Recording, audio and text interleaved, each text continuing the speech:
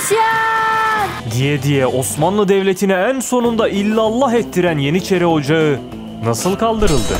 Yeniçeri Ocağı 14. yüzyılda 1. Murat döneminde kurulan ve Osmanlı Devleti'nin yükselişinde büyük pay sahibi olan padişaha bağlı seçkin bir piyade birliğiydi. Padişahımı severim. Disiplinleri, savaş yetenekleri ve padişaha olan sadakatleriyle öne çıkarlardı. Anneni mi daha çok seviyorsun babanım? Padişahımı. Ancak 17. yüzyıldan itibaren özellikle devşirme sisteminin bozulması, ocağa usulsüz alımların artması ve Yeniçerilerin çiftçilik, esnaflık gibi ek işlere yönelmesiyle yozlaşmaya başladı.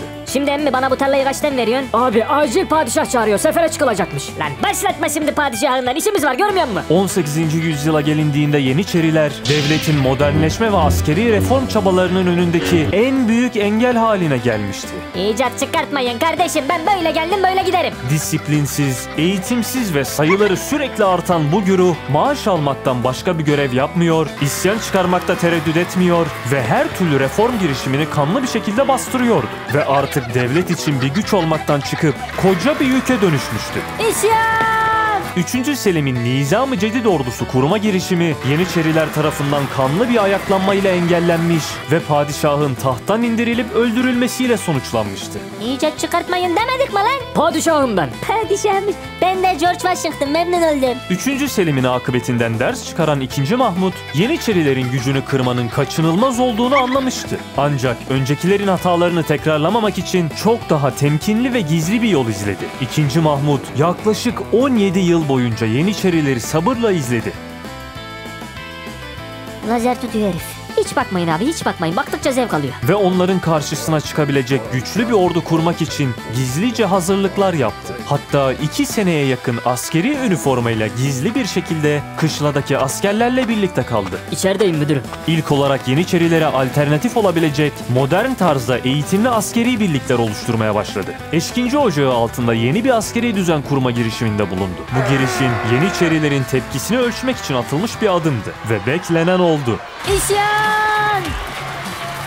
Yeniçeriler 14 Haziran 1826 gecesi kazan kaldırarak yine her zamanki gibi askeri reformlara karşı çıktıklarını ve kendi ayrıcalıklarını korumak istediklerini gösterdiler. İstemezük! Ben de bu kazanı devirmezsem. Tekmeleyin kazanı, tekmeleyin! Sultanahmet Meydanı'nda, o zamanlardaki adı Et Meydanı'nda toplanan Yeniçeriler kazanlarını devirerek isyan bayrağını açtılar. İsyan ve istemezük ve de isyan! Saraydan istedikleri ise Eşkinci Ocağı'nın kaldırılması ve bu reformun destekçisi olan devlet adamlarının kendilerine teslim edilmesiydi. Ancak bu kez karşılarında kararlı ve hazırlıklı bir padişah vardı. 2. Mahmut bu isyanı bastırmak için tüm devlet gücünü seferber etti. Daha önce Yeniçerilerin saldırılarından çekinen halkı ve ulemayı arkasına alarak fetva çıkardı ve halkı Yeniçerilere karşı durmaya çağırdı. Bütün halkımızı meydanlara davet ediyorum. Yeniçerileri fesat ocak ve hain ilan etti. Topçu birliklerini ve yeni kurulan ordudaki askerlerini Yeniçerilerin üzerine sürdü. Aynı zamanda İstanbul'daki diğer askeri birlikler, esnaf ve halk da Yeniçerilere karşı harekete geçti. Yeniçeriler kışlalarında ve Et Meydanı'nda köşeye sıkıştırıldı. Topçu ateşine tutulan kışlalar yerle bir edildi.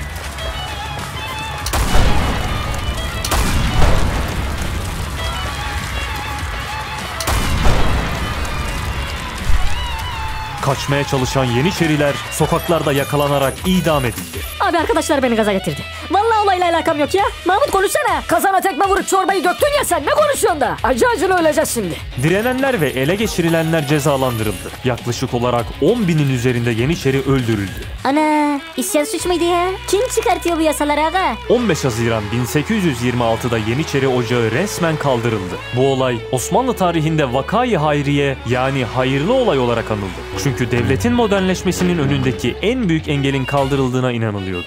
Sizin bu olay hakkındaki düşünceleriniz neler? Bir sonraki konumuz ne olsun? Yorumlarda fikrinizi belirtmeyi ve kanala abone değilseniz abone olarak bildirimleri açmayı unutmayınız. Kanalı desteklemek ve videolara erkenden erişebilmek için kanalımıza katılabilirsiniz. Görüşmek üzere.